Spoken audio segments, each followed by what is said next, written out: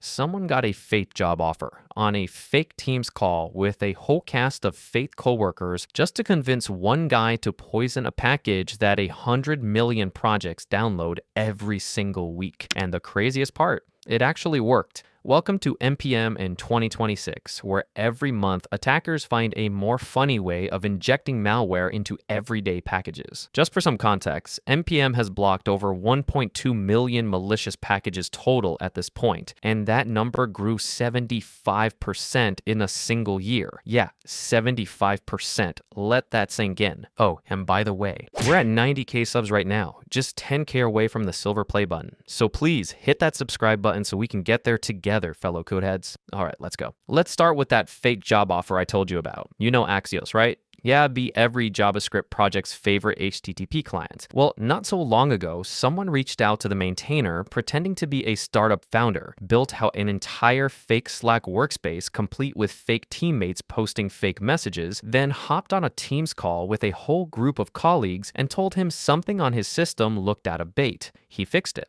Except fixing it shipped a remote access Trojan to everyone installing Axios for the next 3 hours. And if you think that 3 hours is a short time, just keep in mind that Axios has around 100 million weekly downloads, and all it took was one convincing video call and the guy who had no reason not to trust the people talking to him. But wait a minute, there's more. And by more, I mean dependency confusion. Let me explain. Companies run private internal packages, stuff only their own team is supposed to install.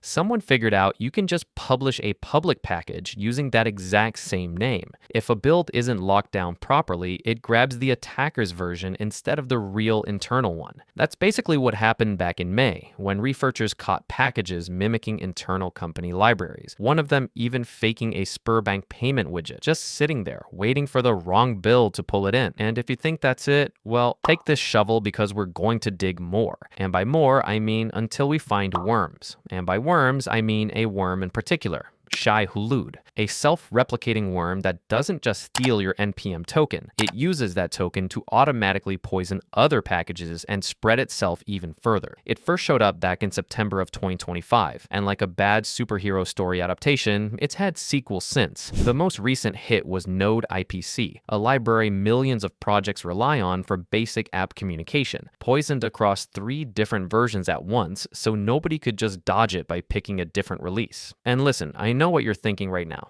All this happened in the span of a few months. It can't get worse, right?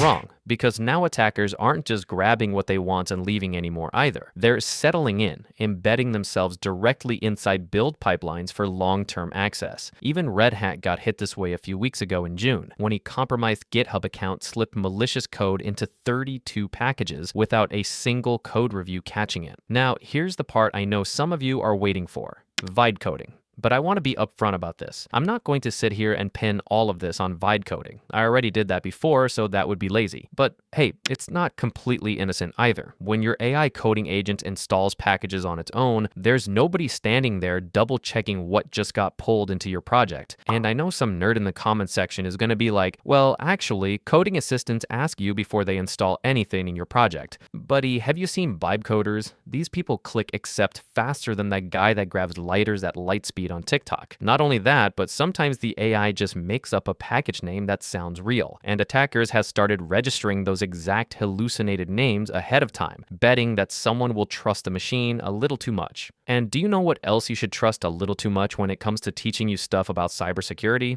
That's right, you guessed it, it's TryHackMe, the sponsor of today's video. If you haven't used it before, TryHackMe is the world's largest hands-on cybersecurity training platform, with millions of people learning to hack and defend real systems right inside their browser. No shady lab setups, no expensive hardware, you just open your laptop and start. And now, they've taken that same hands-on approach to AI security. They just dropped AI1, their world-class hands-on AI security certification. No multiple choice here. You're crafting real prompt injections against live chatbots, poking at RAG systems, and analyzing compromised models across 13 scenarios, covering threat modeling, jailbreaking, supply chain attacks, and data poisoning. You don't need an AI background, just basic security knowledge to start. It comes with 3 months of premium, plus the full AI security learning path, so you prep on on the exact platform you get tested on. You walk away with a verifiable certificate and the Credly badge for LinkedIn. So if you want a skill that's actually future-proof, this is it. Oh, and don't forget to use my code HEADAI1 or scan this QR code for an extra 30% off.